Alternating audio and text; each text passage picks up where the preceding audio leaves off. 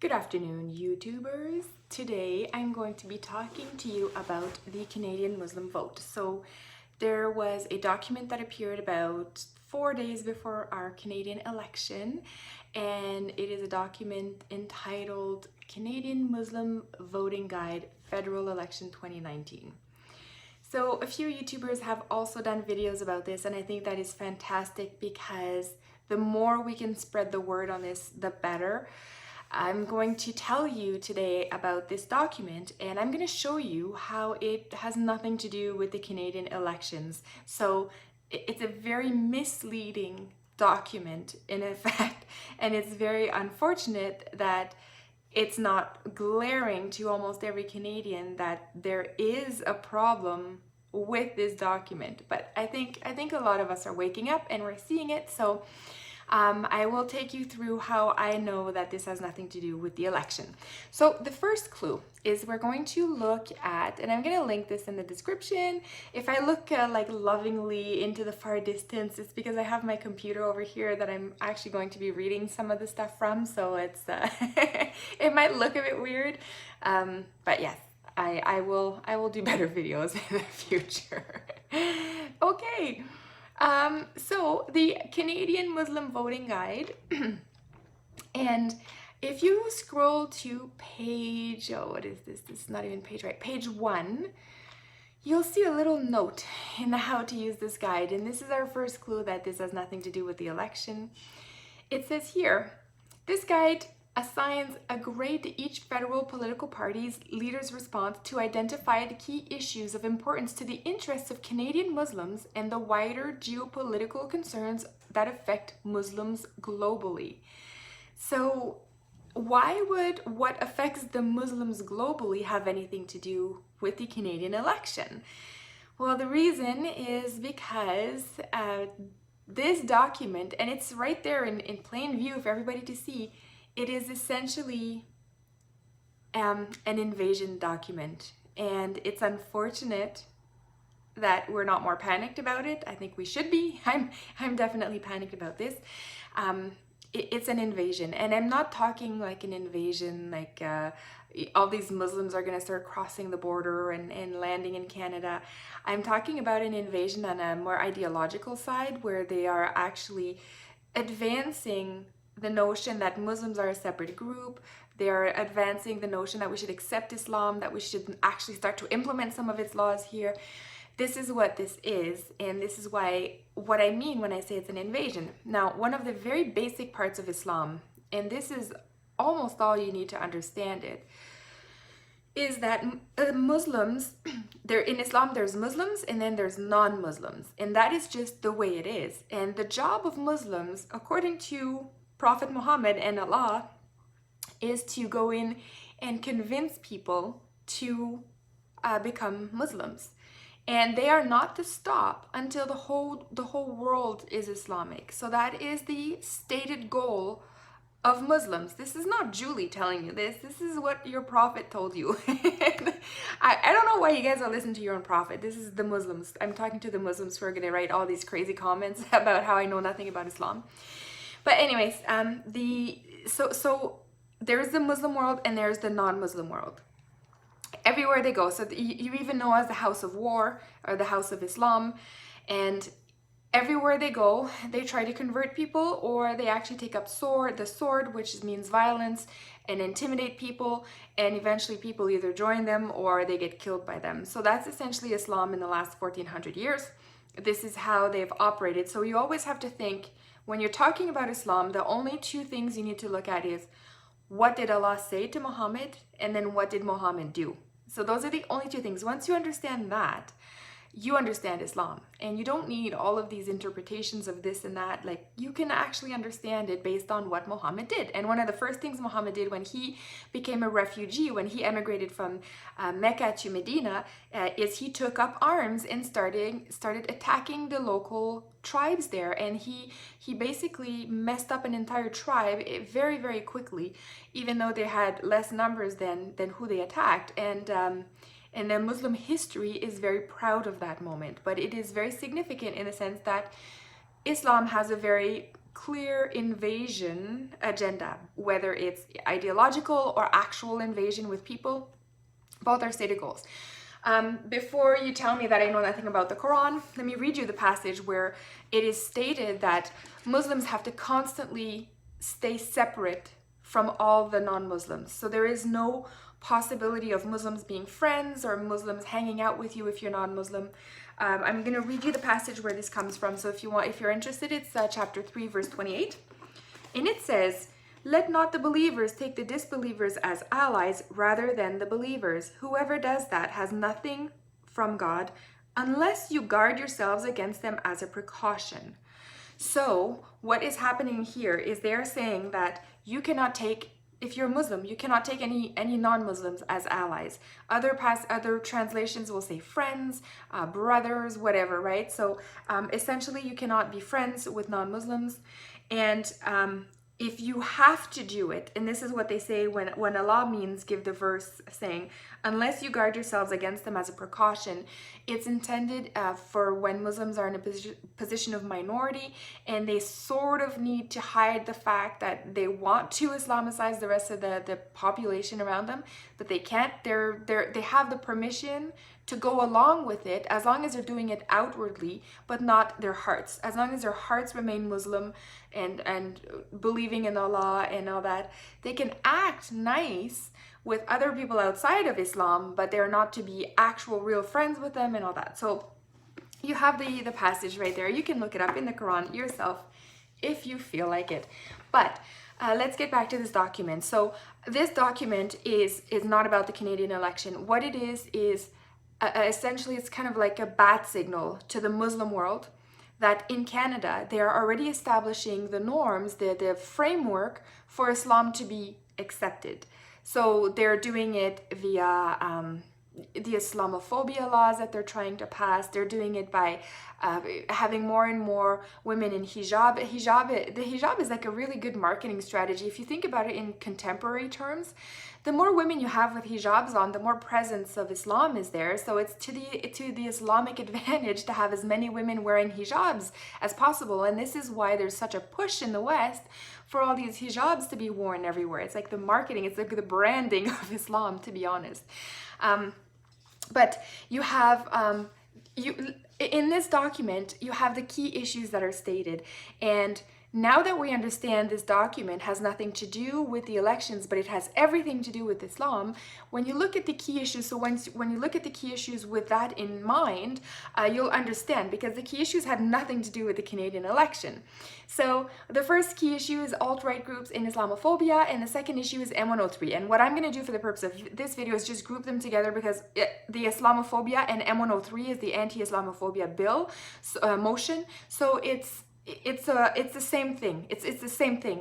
M103 is a consequence of number one, right? It's a dependency of item one. So there's no need to hash them out in two separate categories. So what the Muslims are signaling to the outside Muslim world, to the international Muslim community in here, is that they are already actively working inside of Canada to ensure that nobody can criticize Islam and to make sure that they're keeping under control like the alt-right groups. And the alt-right groups, there are no alt-right groups in Canada. It's a myth, just like there is no Islamophobia. A lot of the Islamophobic attacks that are deemed Islamophobic is Muslim on Muslim attacks and fake hate crimes. So Muslims fake their own hate crimes and then it somehow makes it into our stats as a hate crime against the Muslims. So a little bit crazy, but it's the world we live in. It's our new world.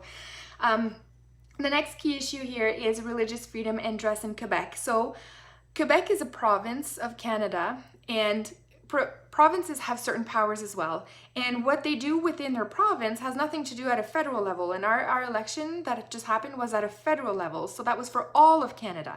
So they have now put in a document that is a federal level election, trying to convince people who to vote for. They've brought in a specifically provincial issue in there.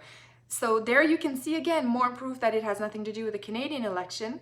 This has to do with Islam. So they're upset that Quebec has passed this bill. I think it was Bill 62 and Bill 21 are the two bills that are passed in Quebec that say that you are not allowed to wear religious garb. And so Bill 21, I believe, is the more recent one, and it's the one where you're not allowed, if you're in a position of working for the government, the public sector, in a position of power in the public sector, you are expected to not cover your face and not show any religious symbol. So that goes for everybody. It's not just Muslim. And then I think Bill 62 is a bit of an older bill, and that one was where when you are out in Quebec society, you are not allowed to wear the niqab, which is the full face covering Muslim veil. So they're signaling to the outside global Muslim community, hey, don't worry, because in Canada, we're going to tackle this one too. Immigration and refugees is the next one. So, of course, because this is a Muslim document, it's document telling Muslims how to vote. It's not for you Christians out there. It's not for the Julies out there. It's not for the Jewish people. It's not for old stock Canadians. It's for Muslims and how you guys have to vote.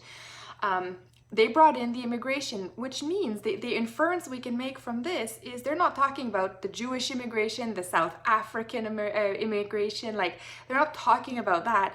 They're specifically addressing the Muslim, right? The Muslim immigration, Muslim refugees. So this is basically saying, yeah, we're going to be working with the government to make sure that Muslims get priority over non-Muslims when they come to Canada.